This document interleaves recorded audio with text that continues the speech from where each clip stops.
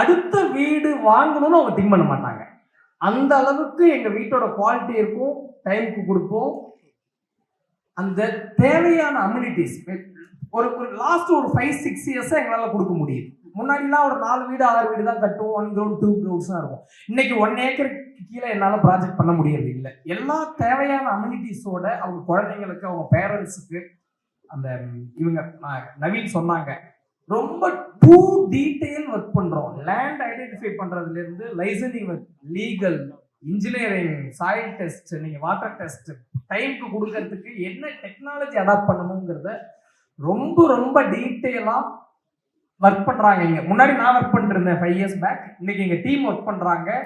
என் டேபிளுக்கு வரும், ஒரு 1/2 hour டீட்டெயில் டிஸ்கஷன், போட்ட கோடை எல்லாத்தையும் அழிச்சிட்டு வேற கோடை போட வைப்பேன். திருப்பி 4 நாள் கழிச்சு திருப்பி வருவாங்க, ஒர்க் பண்ணிட்டு அவங்க இப்போ அந்த சிலிக்கான் வேலி ப்ராஜெக்ட் பார்த்துருப்பீங்க. ஒரு 4 days முன்னாடி கிளைண்ட்ஸ்லாம் மீட் பண்ணேன்.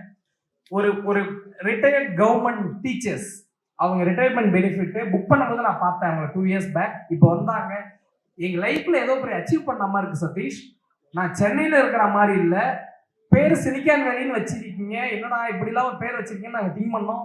ரியலா சிலிக்கான் வேலியில இருக்கிற ஃபீல் எங்களுக்கு அந்த ப்ராஜெக்ட்ல இருக்குன்னு பண்ணாங்க. எனக்கு வார்த்தைலாம் இல்லாம அவங்க காலில் விழுந்துட்டேன்.